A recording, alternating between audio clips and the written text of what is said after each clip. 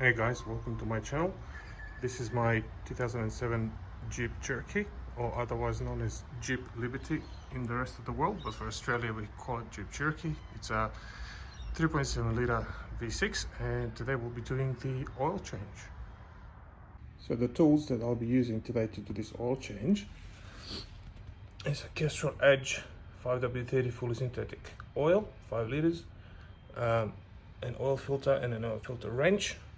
I'm going to be using these ramps to get the car up, and selection of sockets and extensions to get the dreaded oil filter out. So that should be all. Okay, so the first thing we do is we put the ramps under the wheels and we drag the car onto them.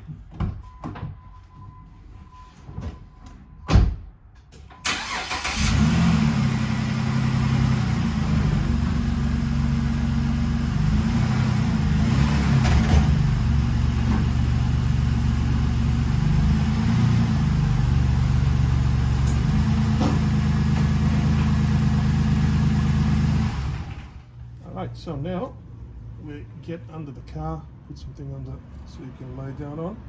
We've got the drip tray, and this here is the bolt that we need to take out, the sump plug to drain all the oil.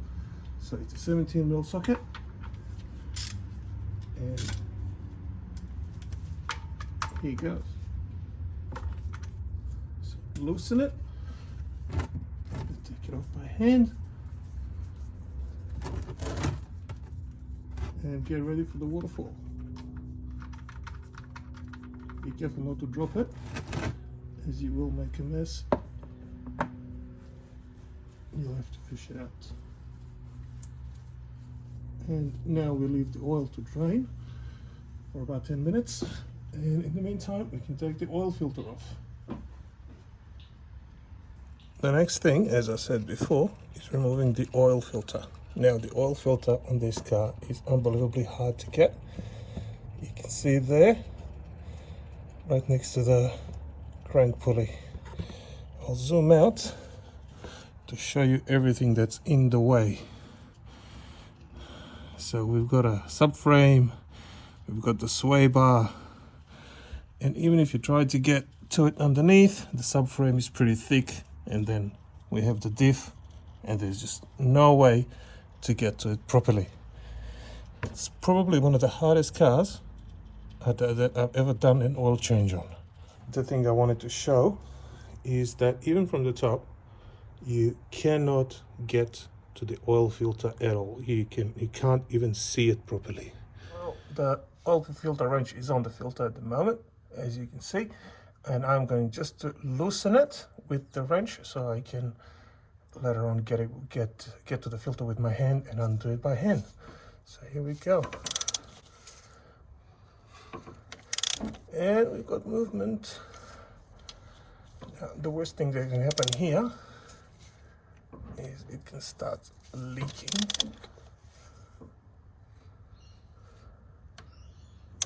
No leaks. All right, that should be enough with the wrench. Just gonna remove it. Alright, so the oil is almost finished. It can drip like this for hours. I think that's enough. What I'm doing is I'm just wiping down the sump plug.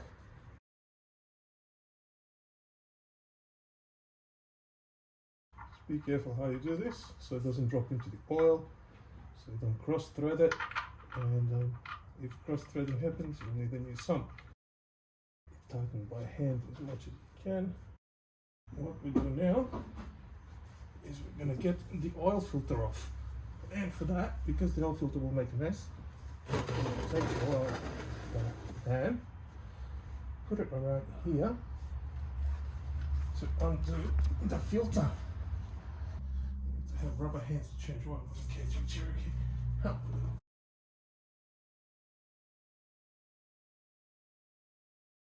I just can't believe that a big company like Chrysler will not put 5 minutes extra in designing these cars to actually have the oil filter in an accessible position. Like, this is crazy. You need to have rubber arms to get this thing out, and it's going to be even more fun putting it back on.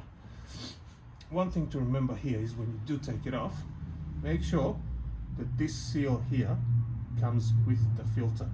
If it stays on the engine block, it has to be removed before the new filter goes on.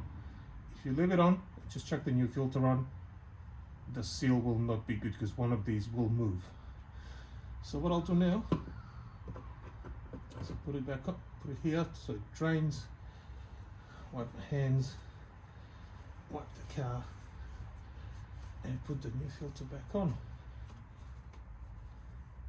Okay, so as I said before, Castrol Edge 5W30, my favorite oil, and this is a Bosch oil filter. It's just an oil filter made by Bosch, nothing special. Unboxing time. It's just a filter, nothing special. There is a seal that we need to lubricate before we put this on. The reason for that is that when we do put the oil filter back on the engine, if it's not lubricated, this rubber can shrink or it can move out of place and you don't have a seal and you get an oil leak. So to do that, I'm going to open the bottle, take the seal off,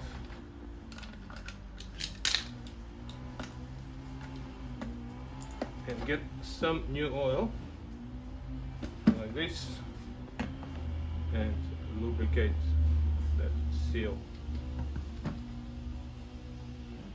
Be generous, it needs to seal properly, and now it can go back on the car. That's where the filter needs to go on. On top of it we can see the oil pressure sensor which was changed recently. So I will try to show you how to do this properly.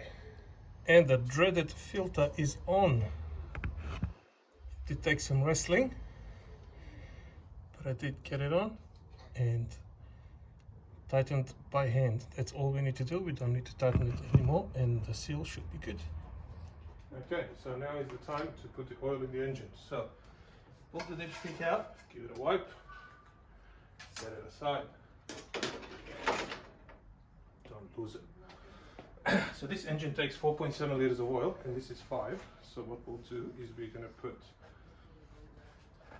4.5 and then check. I just hope I don't spill any. And I did.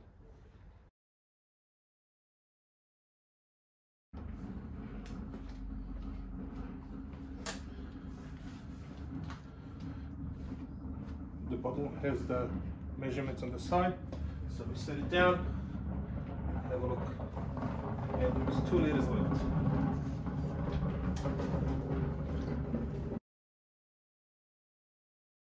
And that's about half the liter left in the bottle. So I'm going to wipe the mess that I've made. Dipstick goes back in. And before we start the engine, we will check the level. So we'll give it a minute or 2 to settle. Nice clean rag. Wipe.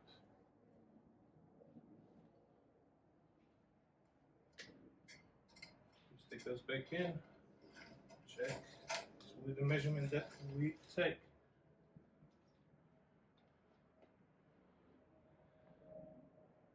And that should be just fine. One more time just to be sure.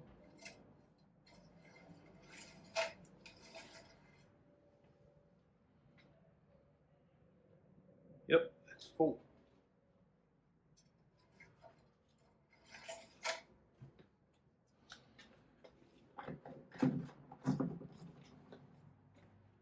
Dips the back in, back on.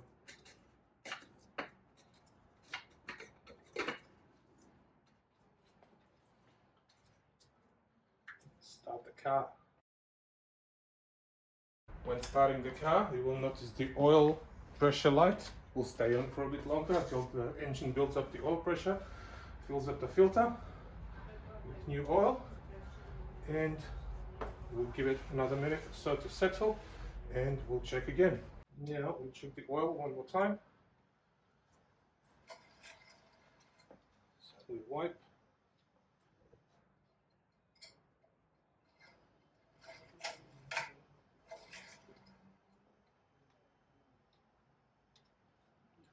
and that is about halfway, which is good, and we will leave it like that.